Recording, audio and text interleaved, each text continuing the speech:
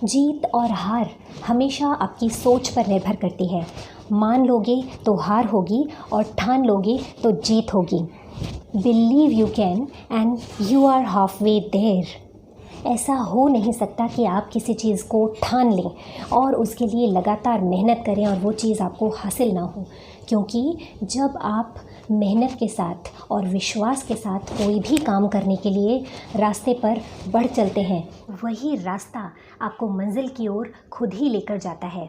क्योंकि जो अपने कदमों की काबिलियत पर विश्वास रखते हैं वो ही अक्सर मंजिल पर पहुंचते हैं। इन्हीं मोटिवेशनल थॉट्स के साथ शुरुआत करते हैं आज के वीडियो की। Welcome to my channel. मैं हूं आपकी दोस्त ऋतु और आज से मैं शुरू करने जा रही हूं सीटेट प्रिपरेशन की सीरीज़। सीटेट आप सभी जानते हैं, वो सारे एस्पायरेंट्स जो सीटेट एग्ज़ाम देने के लिए तैयार हैं, जिन्होंने फॉर्म्स फिलअप कर दिए हैं और एग्ज़ाम्स नज़दीक हैं। 5 जुलाई को डेट डिसाइड की गई है। हालांकि अभी भी एक डायलेमा है कि एग्ज़ाम डेट जो है वो पोस्टपोन होगी या नहीं होगी, लेकिन फिर भी अभी तक इंटरिम डेट जो है वो 5 जुलाई डिसाइड की गई है। टाइम आपके पास सफिशिएंट है। अगर देखा जाए, अगर एग्ज़ाम पोस्टपोन नहीं होता है तो भी आपके पास 45 डेज़ हैं प्रिपरेशन करने के लिए। तो अगर आप फुल्ली डिटर्मिन्ड होकर, पूरी डिटर्मिनेशन के साथ लगातार कोशिश करते हैं तो ऐसा हो नहीं सकता कि आपका इस एग्ज़ाम में सिलेक्शन ना हो। मैं इसका जीता जागता उदाहरण हूँ, एग्जाम्पल हूँ। मैंने भी ये एग्ज़ाम एक ही अटैम्प्ट में सीटेट 1 एंड सीटेट 2 क्लियर किया।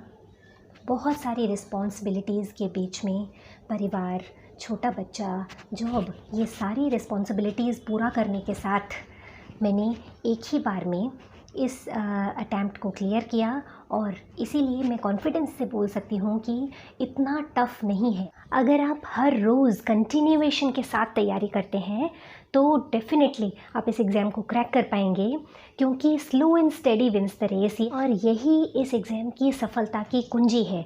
आप थोड़ा पढ़िए, लेकिन हर रोज़ पढ़िए, बिना स्किप किए, बिना मिस किए, क्योंकि उससे आप हर रोज़ टच में रहेंगे अपने कंटेंट के और उसके साथ ही साथ आप बहुत अच्छे से तैयारी भी कर पाएंगे।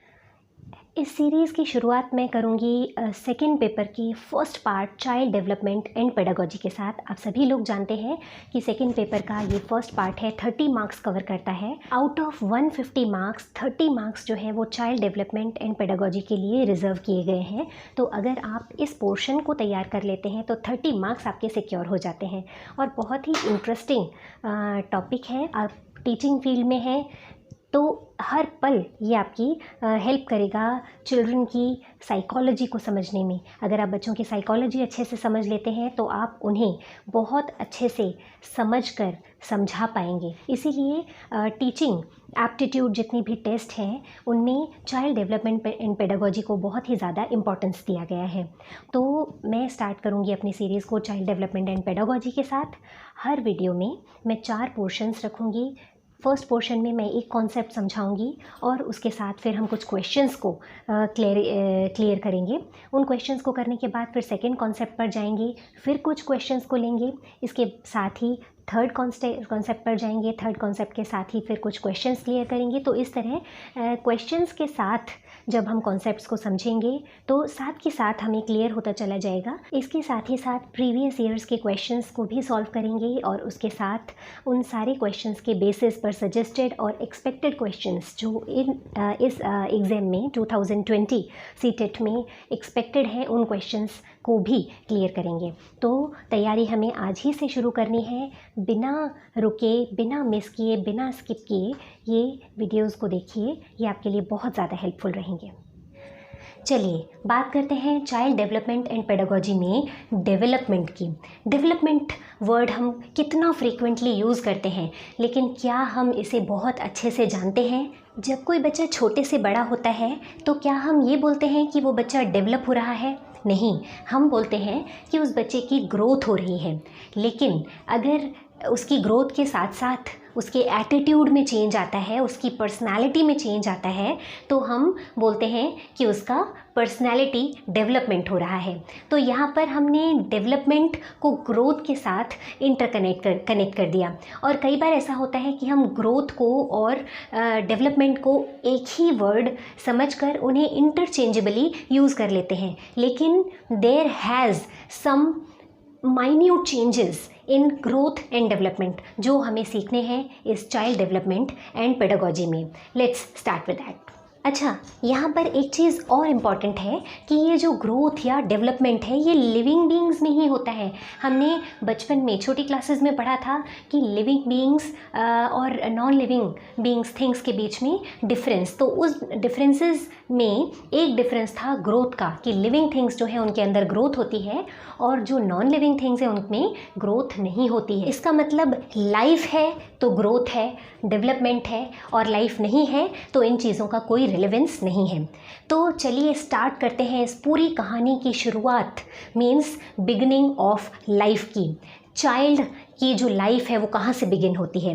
वो बिगिन होती है मदर के वूम से। आप में से बहुत सारे लोग जानते होंगे कि जब मदर या फीमेल का ओवम जो है वो मेल्स के स्पर्म के साथ कनेक्ट होता है, फ्यूज़ करता है, तो ये दोनों सेल्स मिलकर, ओवम एक सेल है और जो स्पर्म है वो दूसरी सेल है, जब ये दोनों सेल्स मिलकर फ्यूज़ करती हैं, आपस में मिल जाती हैं, तो जाइगोट बनता है। चलिए एक बार अच्छे से बोर्ड पर सीख लेते हैं।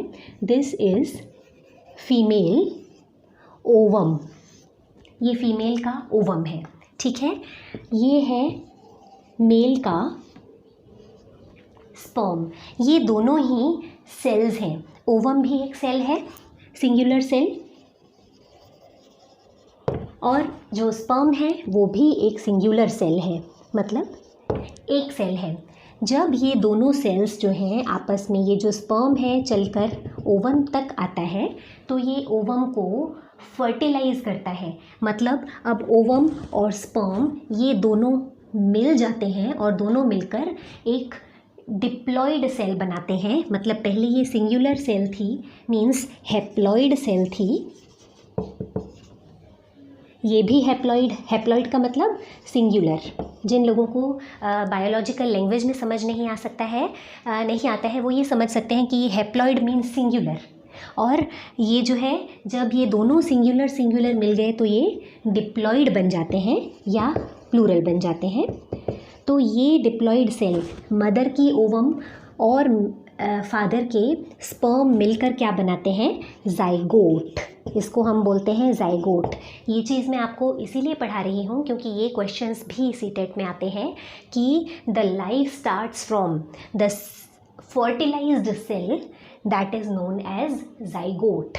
ये जाइगोट जो है यहाँ से किसी भी चाइल्ड की लाइफ स्टार्ट होती है, ठीक है। तो the life of any child starts from zygote which is a fertilised cell. Zygote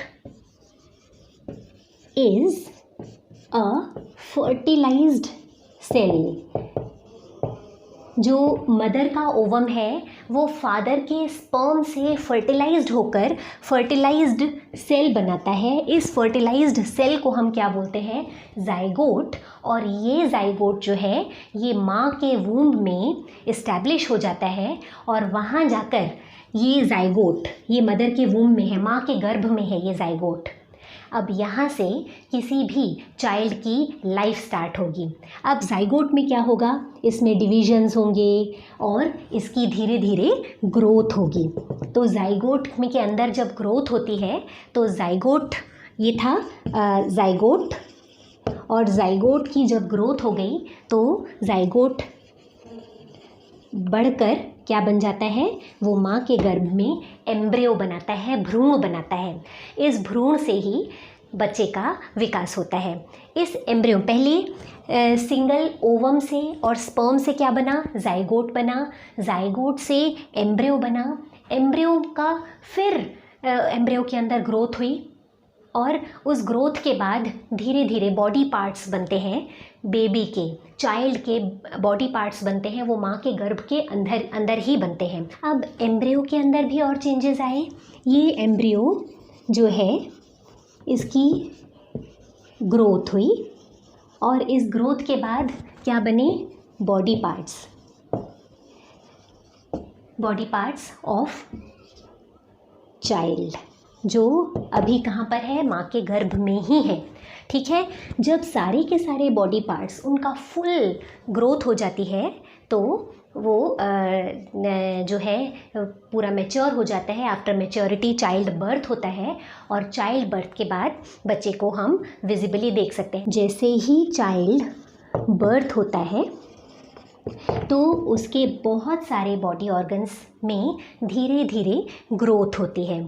ठीक है, और उस ग्रोथ की वजह से धीरे धीरे उसका विकास होता है, डेवलपमेंट होता है। तो अब हम बहुत अच्छे से एक एक चीज़ क्लियरली समझेंगे कि ग्रोथ क्या है और डेवलपमेंट क्या है, पूरे डिस्क्रिमिनेशन और डिफरेंसेस के साथ।